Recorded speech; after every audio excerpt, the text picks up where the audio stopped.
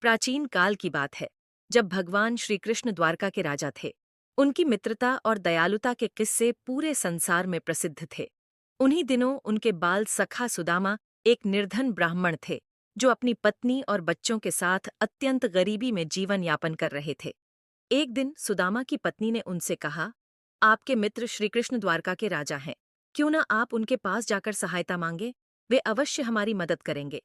सुदामा को अपनी पत्नी की बात सही लगी, लेकिन वह श्रीकृष्ण से कुछ मांगने में संकोच कर रहे थे। अंततः पत्नी के आग्रह पर वे द्वारका जाने के लिए तैयार हो गए।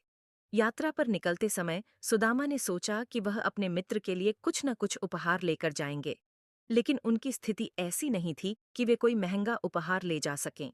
अंततः उन्होंने घर से थोड़ा सा चूड़ा, पोहा लिया और एक कपड़े में बांधकर अपने साथ ले लिया।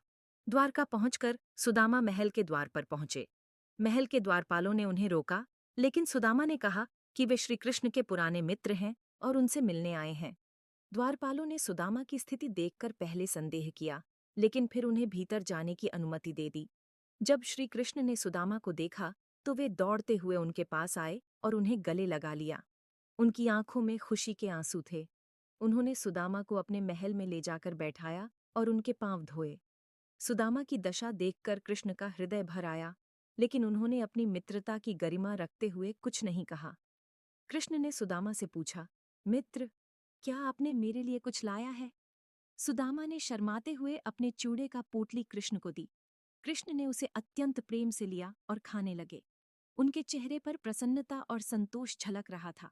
सुदामा ने कुछ भी मांगने की बात नहीं की, और जब वे अपने गांव लौटे तो उन्होंने देखा कि उनका पुराना टूटा-फूटा घर एक भव्य महल में बदल चुका था। उनके पास अब धन धान्य की कोई कमी नहीं थी। सुदामा समझ गए कि यह सब उनके मित्र श्री कृष्ण की कृपा से ही संभव हुआ है। कृष्ण और सुदामा की यह मित्रता आज भी एक मिसाल है। इस कहानी से हमें यह सीख मिलती है कि सच्ची मित्रता और प्रेम का मोल किसी भी भौतिक वस्तु से बढ़कर है। कृष्ण ने सुदामा की सहायता उनकी दीनता को देखकर नहीं, बल्कि अपने मित्र के प्रति अपार स्नेह और सम्मान के कारण की। इस कहानी में निहित संदेश हमें यह सिखाता है कि सच्ची मित्रता में स्वार्थ और दिखावे की कोई जगह नहीं होती, और सच्चे मित्र हमेशा एक दूसरे की मदद के लिए तत्पर रहते हैं।